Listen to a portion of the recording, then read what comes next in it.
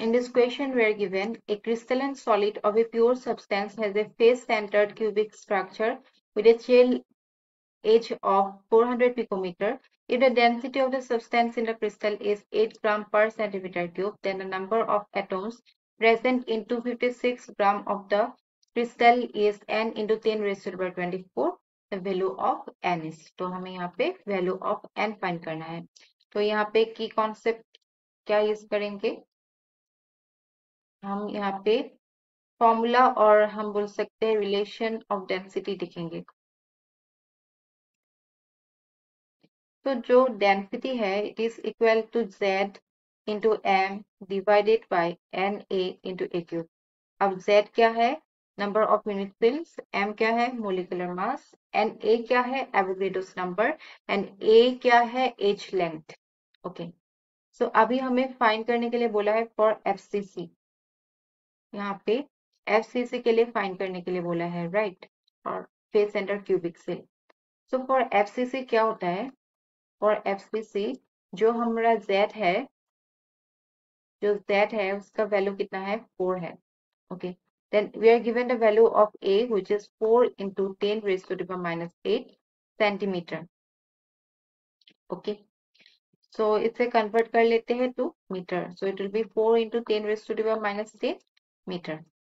Okay, तो अभी density का भी दिया है हमें वैल्यू. तो let us find the value of m here, that is molecular mass, right? So it will be 4 into m divided by 4 into 10 raised to the power minus 10 whole cube into 6 into 10 raised to the power 23 जो कि है Na का value. और we are given the density value. density कितना गया है? 8 gram centimetre cube. तो let us find m. तो m will be equal to 8 into 4 into 10 raised to the power minus 8 का whole cube into 6 into 10 raised to the power 23 divided by 4 जो कि आएगा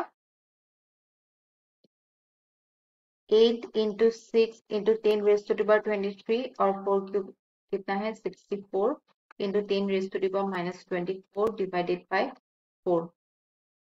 अभी जो नंबर ऑफ एटम्स है उसे हम कैसे फाइंड कर सकते हैं?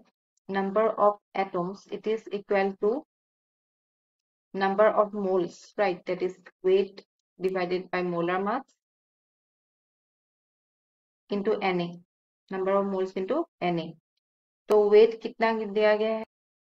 256 as the weight and molar mass अभी हमने फाइंड किया है जो है 8 into 6 into 10 raised to the power 23 into 64 into 10 raised to the power minus 24 divided by 4 into Na. सो हम जब इसे सोल्व करेंगे इसका आंसर कुछ 2 into 10 raised to the power 24 आएगा. Okay, therefore the value of n कितना होगा?